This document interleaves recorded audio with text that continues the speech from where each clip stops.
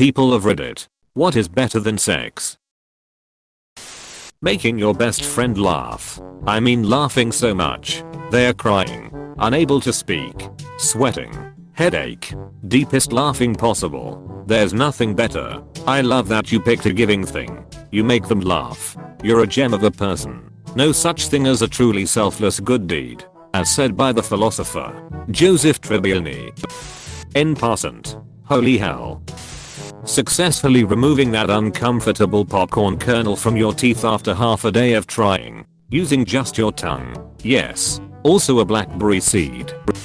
Cracking your back in that one spot you've been trying to get for months. I have this one sweet spot where I up high on the right side of my neck. The crack in that spot is super big and super loud, and it's my favorite one to get because it feels so good. But the wait period for when it's ready to crack again is super long. I got it last week, which means it'll be a good while before I can get my favorite crack again. You crack addict. There's this one chiropractor on YouTube who uses this crack addict joke in every video. Hey YouTube, this is your favorite Houston chiropractor Dr. Gregory E. Johnson. That's why they call it the ring ninja boy. The crack addicts are going to love you.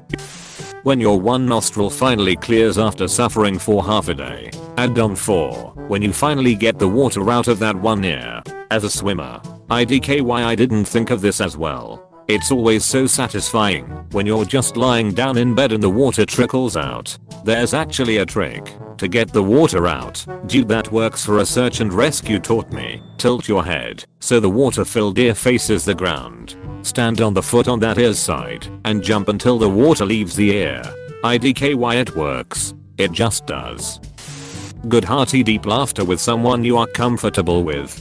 Better than that. The best thing in the world is that special type of hysterical laughter you get when something unexpectedly hilarious happens and you're completely incapacitated. Can't breathe. Your whole abdomen has seized up with laughter. All you can do is gasp and wheeze.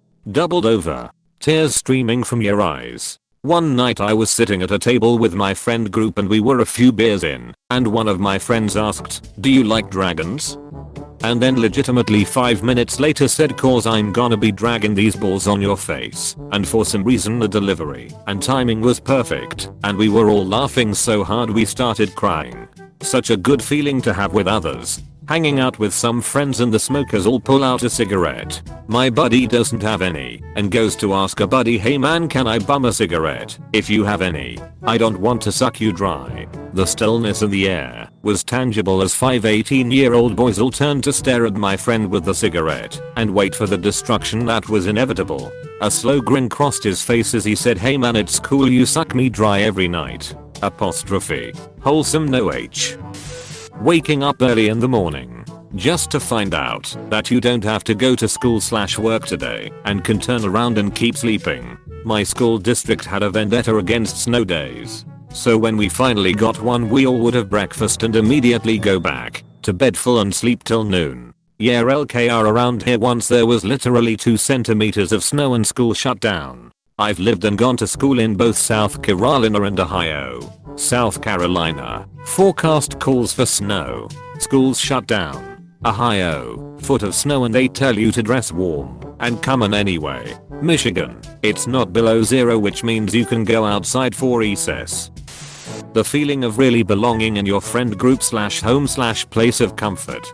God, that is the exactly feeling that has made me so happy. I have one best friend who, no matter how long we have been apart or what is going on in our lives, we can just be back together and have deep conversations, and I feel very comfortable and at home with him. It's the way you feel with family members, where you can look like S, say whatever, not have to think about what you say, where you can sit in silence and it's okay. He is literally the only person I've ever felt familial love for outside of my parents. And quite honestly, I can tell him anything and be more myself around him than I can my family. Give that effer a big hug, man. My best mate dropped dead one day at 31. I'm 45 now and still miss the effer every day. Yay bro, I lost my BF earlier this year. It just isn't the same anymore. We were wingmen and I miss him dearly. When you move just right and all the joints in your spine unexpectedly pop and do that brazip thing. Yeah. That happens to me mostly when I stand up from a chair. Then everything cracks. Head scratches. Are you a dog by any chance? Have you never had a head massage at the hairdresser? You should totally try it. It's so nice. When I was a kid we had a lice outbreak at school, so everyone had to get checked by the school nurse. That was the first time I learned you melt away with fingers meticulously running through your hair. Which lead to me occasionally having an itchy scalp at home, so my mum would have to run her fingers through my hair for a bit. It didn't take long before she realized I was extorting her for scalp massages, haha. The smell of cool fresh air, the smell of crisp fall air, and the moderately chilly feeling on your face. We don't have the season of fall where I live, so I really miss it. Dude. The fall air and a nice cup of coffee outside while wearing a sweater. The best thing ever. When the scissors start gliding on the wrapping paper and you just keep going until the very end. So satisfying. And then it catches. Going back to sleep after accidentally waking up early because you saw your alarm won't ring until much later. Somewhat related, waking up at around the time that you normally would for work. And for an instant being overcome with that feeling, dread, that you have to get up and head to work for the day. Then, you have a moment of clarity where you realize that it's actually your day off. And you can go right back to sleep for as long as you want. Love that s. I remember when I didn't have kids. Bruh. After months of multiple night wake ups and 4:45 am for the day. R2. 5-year made it all the way until 6 am. I'd almost forgotten what it feels like. Truly magical. I got up between 3:30 and 4:34 over a decade for work. By time I finally got around to having kids, my son was pretty much an all-night sleeper until he was a toddler. Needless to say, it didn't take me very long to understand why my parents agreed to let me do cross-country in school. Hyper little boys. Peeing when you've had to go really bad and been holding it in a while. Have you ever had to hold it so long that you don't get that feeling of relief when you finally do pee? Happened to me once. Once I was finally able to pee, it was just pain. And the stomachache didn't go away for like 45 minutes after. Sometimes I have to pee so much that I actually can't even start. That suck marrow. Yeah, that happens when your bladder muscles become overstretched and can't contract properly. Quite a bad design flaw really. Hopefully it'll get patched in a future update. A true day off, where you have absolutely nothing to do, nothing planned, and a completely open day to do whatever the F you want. I'm going to have to disagree. The real one is when you're scheduled, then get cut. Actual days off feel like you have to take care of your shit. Getting called off is the only real free day. It's like an adult snow day. A really good nap. A nap after working out is glorious. The only downside to the afternoon nap is waking up and not knowing what goddamn day it is. Haha, that's when fun begins, trying to guess what era are you on. You feel like a time traveler. Getting a back scratch from someone with long nails. That's the best feeling ever. Is like getting your back scratched until it hurts a little, so you know you are satisfied. I accused my husband of being a feral cat because he hates getting his back scratched. So now he smiles and hisses at me quietly whenever I do it absent-mindedly. He's the only person I've ever known who doesn't like back scratches.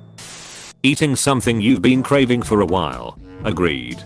Like pizza, chicken, your mother, good ice cream, etc. Hold the what? Human souls. Hold their human souls. No worries. I've been holding them in my soul pouch. The whole squad being online. Like an unicorn. So rare yet so exciting when you can see it happen. And then the whole squad going crazy in the lobby for 15 minutes just because of it. Garlic bread. This is exactly why many of us clicked on the thread. I scrolled so long to find it. When you're the first person to wake up and make your coffee and do something alone in quiet, as a father and husband with 2 people who have to have a TV or computers or consoles running from the second they're up. I really love waking up early to silence lol. I know that feeling. I don't have a wife or kids, but I live with my family, and due to my work schedule I can stay up late. Hearing nothing at night and just giving me some time to do whatever I want is excellent. So much silence and quietness. When I was in university, I also stayed up super late most nights for the same reason. Now I'm a teacher, so I don't have that luxury lol, but the mornings are okay too. If it's raining and I get my coffee, I'll just sit by the window and watch it come down, or read a book or watch the news at a very low volume. One of the most refreshing things and helps me appreciate the small stuff more. I think generally speaking we don't appreciate quietness. For me this really is really noticeable when I get back from a long day of hearing cars on the road, people talking etc, and get to sit down alone for a bit. Great when a park is quiet too.